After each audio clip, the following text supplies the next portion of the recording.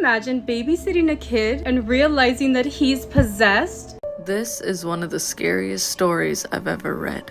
You, snack, now, because it's story time. Y'all see how I keep trying to hang on to this silk press? I don't think I forgot. A healthy snack. Anyway, so there is two ladies, and they both own a hair salon. Do something with it. It's just money coming to me easily. Money coming in and needing me. Money coming in repeatedly. Money coming, it's just money coming. It's just money coming to me frequently. Money coming in to be with me. Money coming in secretly. Money coming, it's just money coming. It's just money coming to me always. Money coming in all day. Money coming in all paid. Money coming, it's just money coming. It's just money coming to me frequently. Money coming in to be with me. Hey guys, welcome back to All Things Jenny. I'm Jenny and I'm back with more scary stories for you guys, and I'm loving these stories. Can you imagine babysitting a kid and realizing that he's possessed?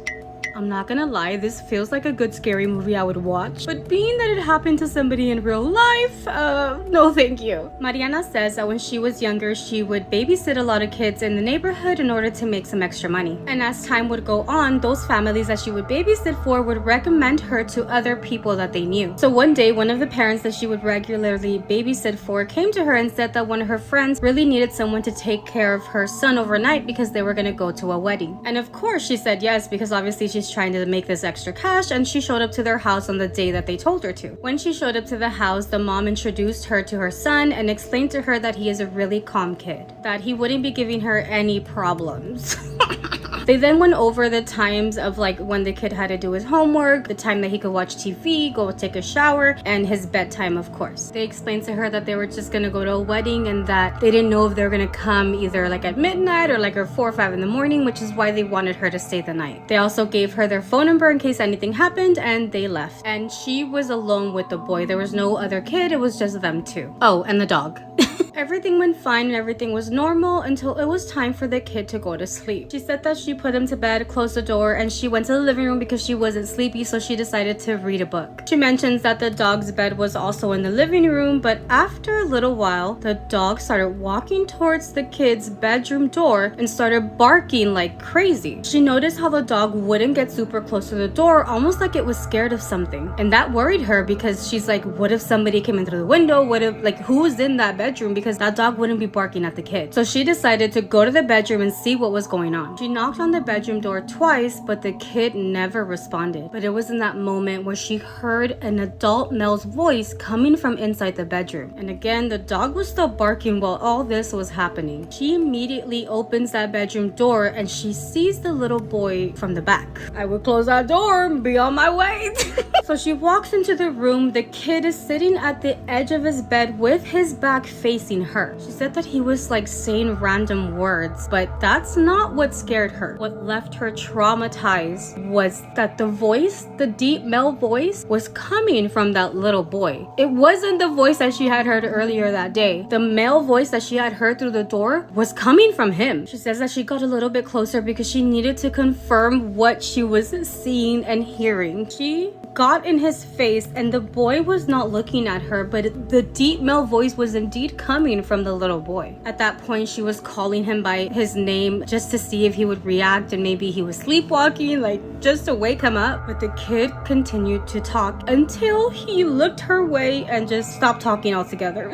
Oh my god. She said it was in that moment where he stood up from his bed and reached out to her, almost like just trying to touch her shoulder. He began to walk towards her and again talk in that deep male voice. She ran straight out of that room and got the phone and started calling his parents, but they weren't answering her phone calls. She said that even the dog ran with her and hid underneath the couch. She said that as soon as that happened, she's still trying to call the parents, and the kid comes out of his bedroom crying, this time with his normal voice. This time she gets close to him and asks him if he's okay, and the little boy responded to her that it happened again and that he's really scared. She started hugging him and asking him what was it that happened again, and the little boy responded, "It's my grandpa." He kept saying other words, but because he was crying, she couldn't understand what he was saying. She said that after a while, she did manage to calm him down, and the dog did come out from underneath that couch to come and comfort him as well. She says that the boy tells her that this hadn't happened to him in a long time. He tells her that his grandfather, who had passed away, would get inside of him, that his grandfather was evil and that he is so scared of him. The little boy was terrified, and she just managed to ask him if his parents knew about this. The little boy said yes, and that the parents had already brought a priest to bless him. The kid also tells her that they blessed the house as well. After a few minutes, the parents finally called her back, and she explained everything that happened. And she says that they immediately hung up and showed up to their house right away. They were both hugging their son and at the same time telling her how sorry they were that this happened. The parents had confirmed everything that little boy had told her. She said that the mom told her that in his last years of living, the grandfather got together with this lady that everybody knew was a bad witch. They were even sure that his death was provoked by this lady and how he definitely did not die in peace. They have no idea why he had chosen their son to manifest in. She explains how terrified she was of this situation, but said goodbye to the family and went about her way. She says that she had never heard back from that family, but honestly, she's not mad about it because she didn't want to go there again. Nobody hired me as a babysitter. There'd be no way that I would stay in that house. At the very least, I would have ran to my car, locked the doors, and called the parents. Judge me all you want, but what would you do? I would still watch this movie though. Somebody do this. This is one of the scariest stories I've ever read. It was posted 10 years ago on Reddit by an account called A Writer Named Williams. It was on the subreddit called Let's Not Meet. The story is called Poker Face. So sit back, relax, and enjoy this very scary story. This happened in Antioch, California. It was around 2 a.m. I was at a friend's house, safe in warm, sheltered suburbia. We were having a lot to drink, chit-chatting, enjoying ourselves, of course. When you're having fun, time hits the fast-forward button, and those few minutes turn into an hour. I had too much to drink. My friend has a bit of an abrupt bedtime, so I had to dodge out early, still intoxicated. I felt too shameful thinking I'd be asking too much to stay in his house to sleep off the drunkenness. I suppose he was either too rude or too drunk to consider it himself. Whatever. Sometimes a little inconvenience makes you appreciate everything else. I needed about another hour or so to sober up and drive back. As fast as time passed during my stay, it decided to drastically slow down as soon as I stepped out of his house. It was a cul-de-sac area, a concrete jungle with the stem of the street breaking into a fork. Alongside the road, my car was parked. The only street light that worked was in the middle of the cul-de-sac circle, about 80 yards away. I stumbled towards my car, produced my keys, and felt the metal line up. Opened my door and shifted to the back seat. Because this was a dark, strange, and unfamiliar neighborhood, I took the leftover newspapers and a sweater in my back seat to cover myself up. I was a little scared. I wanted to camouflage myself and not just be some guy awkwardly sitting in his car, waiting for time to pass in order to drive home. I couldn't fall asleep. The uncomfortable feeling of a cheap backseat bed enshrouded in darkness didn't make the chance of slumber easier. It felt too ominous, and of course my mind began to wonder. I thought of worst-case scenarios, like how the police would shine their lights on me through the window, or a drunk driver hitting my car, and... Wait. In the distance, about 100 yards away, I hear footsteps approaching. The gravel scuffed with each step forward, growing in proximity but periodically taking stops. I wondered why until it made sense in my mind. Whoever it was probably looking through cars carefully, with the intent to steal one. I couldn't recall how many cars were on the block, but I counted 3 full stops until he was at my window, breathing. I froze. There was no more than 1 foot between us. The car encapsulated me as I lay hidden beneath backseat clutter, forming myself into an object, trying my hardest to be unnoticeable, unmoving, and simply not there. "I see you," said a 40-plus-year-old man in a perverse baby talk. I imagine when you were playing hide and seek and one of your friends tricks you into coming out, he said it in that tone of voice, as if baiting me, like he was questioning whether the clutter in the back seat was just clutter or a person. I didn't want to move or check the window. I remained clutter. Give me an Academy Award. My body reacted by minimizing my breathing so much that I felt paralyzed. I dare not to look. My eyes fixated on the back of the passenger seat. I didn't blink, I didn't move, I didn't breathe. My heart was pounding so hard it shook my body with each throb. He circled around the car. My ears didn't fail me. I heard the steps. I felt like I was part of the car. I could feel him touching the trunk as he carefully pressed down on it, as if to test the alarm, as if to test me. I was in the middle of fight or flight. I couldn't do either without elevating danger. I was frozen and hoping to God he was bluffing. He circled the car again. The door handle to my right jiggled. He was pulling it multiple times. I see you. Same tone, but more agitated and stressed, more convinced that he was trying to make that clutter move, revealing itself to be one of his expectations that it was me. My muscles tensed like a cow before slaughter. That had to be metal against glass. Take a penny right now and tap your window. A crowbar, a knife, a rock, a gun. My eyes fixated on the seat in front of me, never averting my gaze like he was. I was covered enough to where I couldn't see beyond the seat in front of me. I know I couldn't see him, but I can feel his eyes resting on top of me. My name is Poker Face. What's your name? The voice changed in a lower, demented and serious tone. My mind forced a visual. It wasn't anything human. I already accepted my death. I was ready to be shot in the head, ready to take a life-changing bullet, multiple knife wounds. Just make the sleep bearable, not excruciating, as you drained me of life. I wouldn't know how to react. My thoughts grew dimmer. I imagined my friend waking up the next morning after a calm night of safe and sound sleep, only to discover my mutilated, defiled, and bloody body hanging outside of my car door. It was then I heard nothing but my own heart. What was this person doing now? Just staring at me in the middle of the night, talking to me, or a messy pile in the back seat? Time froze. The footsteps were being swallowed in the distance. Thank God he left. I waited another hour until the sun showed hints of itself. I jumped in my front seat and bolted out of there, wide-eyed and sober. And that's the end of the story. A woman named Tamara emailed me and she was like, I have a creepy but awesome story for you for Spooky Scary Story Time. And this one has receipts. So back in 2020, her best friend Amy of years and years passed away tragically to brain cancer. She said she fought really hard, but ultimately the cancer just took over her brain and she couldn't fight anymore. So this really took a toll on Tamara, obviously. But she said ultimately she knew that Amy would have wanted her to live life to the fullest. Amy was only 30 years old when she passed away. The year after she passed away, Tamara, her husband, and some of her husband's family went to Vegas for her husband's uncle's birthday. His birthday ended up falling on Amy's birthday weekend, the year she would have been 31. While she's in Vegas, Tamara is thinking a lot about Amy because not only is it her birthday weekend, but Amy loved Las Vegas. She said it was her favorite place. She loved the nightlife, the food, everything. One of the nights they're there, Tamara, her husband, and his family go out to a club. They're partying it up. They're in VIP. And this song by Drake comes on, and it always reminded her of Amy. So she gets tears in her eyes. She's visibly upset. So she excuses herself to go to the bathroom because she doesn't want to be crying in front of everybody at the club.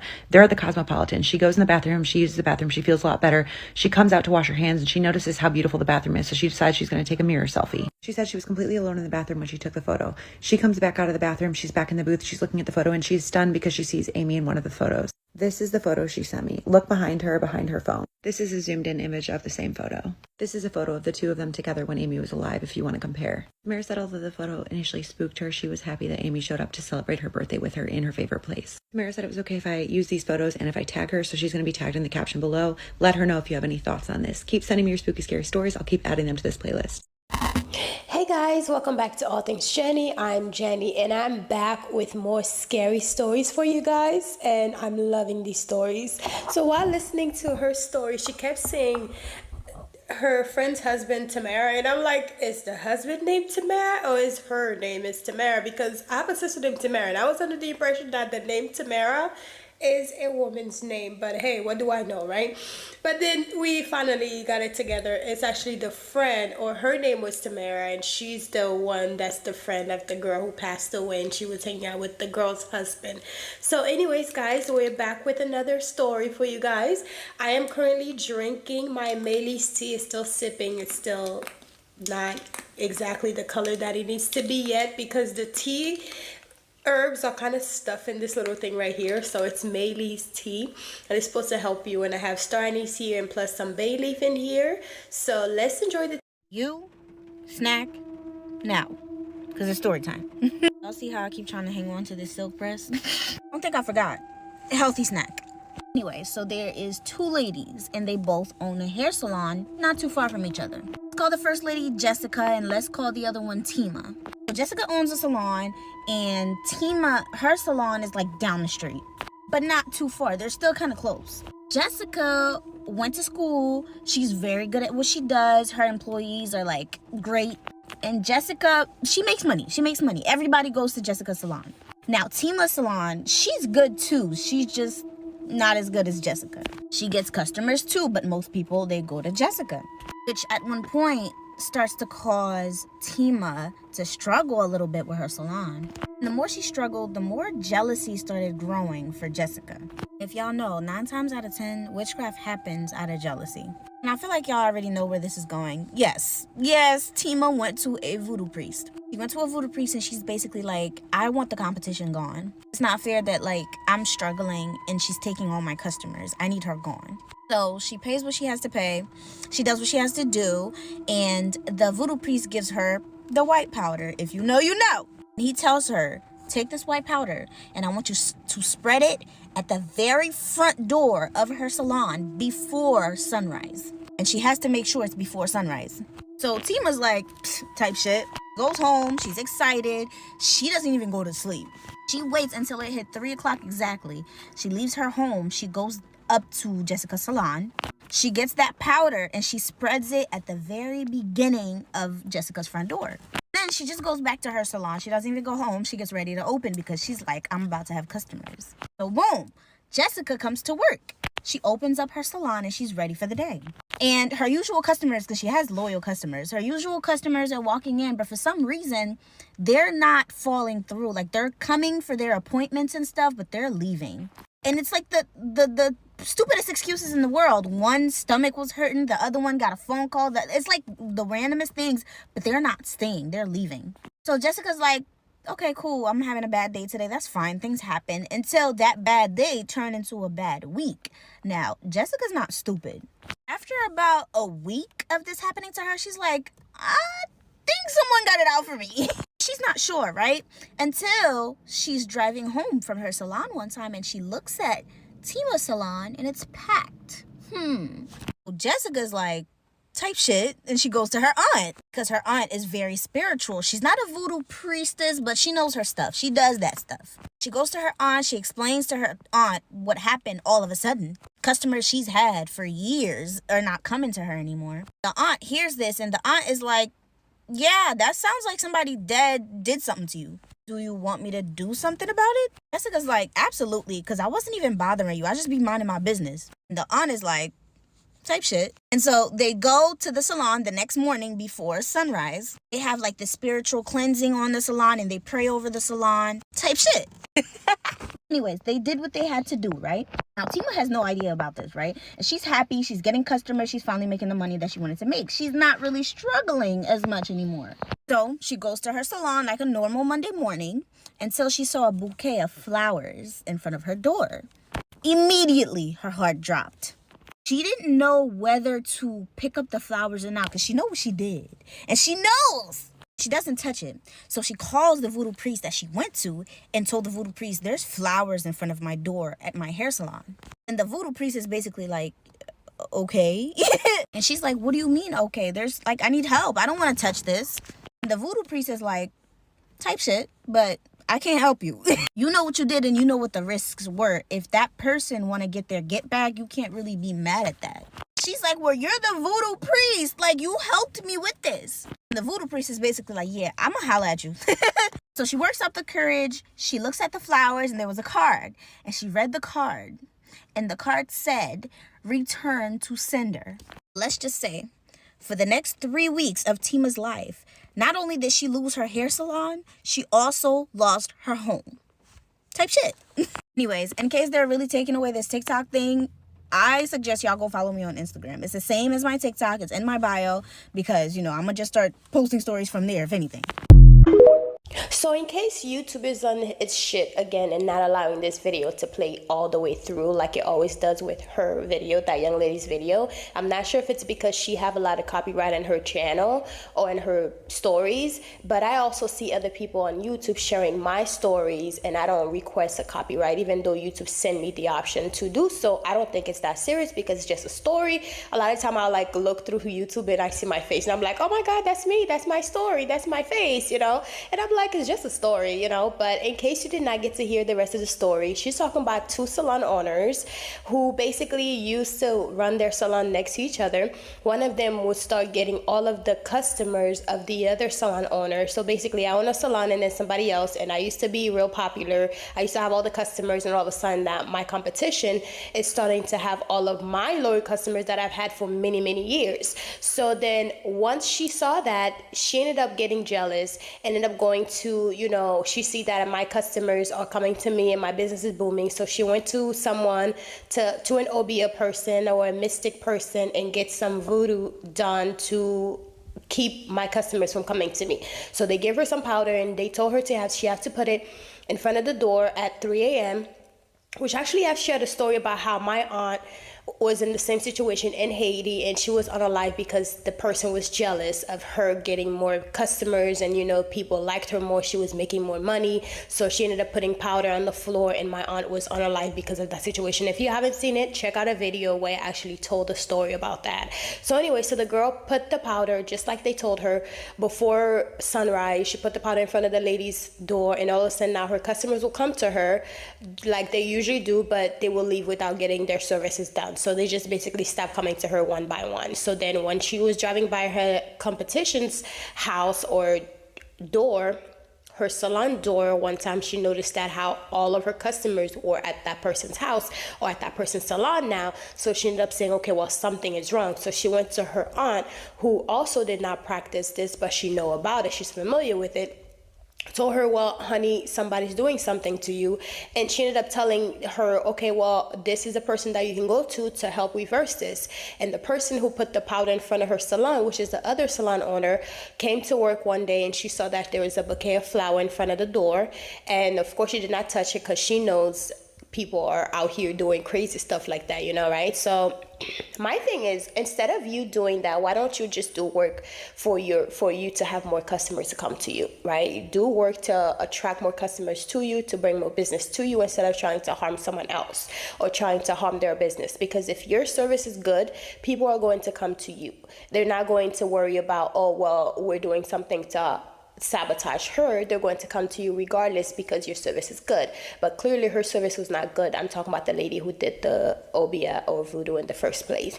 Clearly your service was not that great because people were not just voluntarily going to you. Why wouldn't you just do some work to bring in more customers and to bring in more money instead of trying to harm someone else? So anyway, so when she got there, she saw the flowers and she went to her person that she went to do the work for her, and she said, hey, you know, I see this flower in front of my door. I don't want to touch it. What should I do? What should I do? And the person, of course, told her that you knew what you were getting yourself into, because whatever you do, if it doesn't penetrate, it will ricochet, which means if it doesn't hit the person, it will come back to you. That is the reason why you have to always be careful what you do to people, because you never know who their spirit guide is, who's protecting them, and also how powerful theirs is, because you never know. So anyways, that lady basically told her, well, there's nothing I can do for you. The person who did the work for her told her that there's nothing she can do for her at this point, because she had already did the work and she know what is required and how dangerous it is, because you never know if that person, just like I said, have someone they're working with who is more powerful.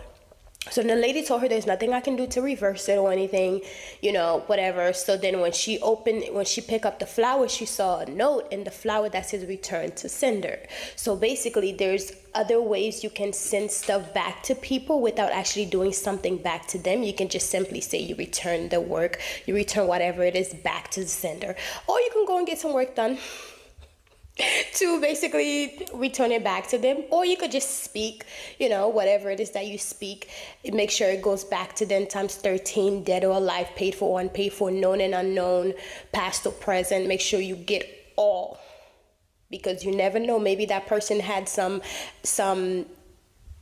necromancy. Is it necromancy? Yeah, necromancy. Oh, I was gonna say, I hope I didn't say necrophilia, but anyways, necromancy, you know, calling upon the dead to do their dirty work for them. So you have to say dead or alive, past or present, paid for or unpaid for, because you never know if they actually paying someone to do it or they did it themselves. So you actually have to do it the proper way.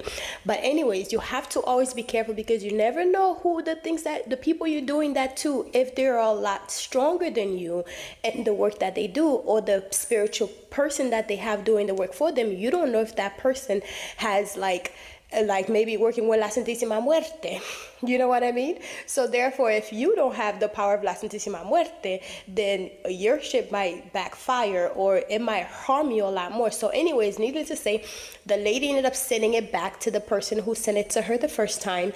And then guess what? The person who sent it to her the first time, the other salon owner, lost her salon. She lost the business. She lost everything. So your greed basically caused you to lose everything, including the customers that you were trying to harm somebody else for. Imagine that. So be careful what you wish for, because you just might get it times 13. So anyways, guys, I hope you enjoyed this video. Bye.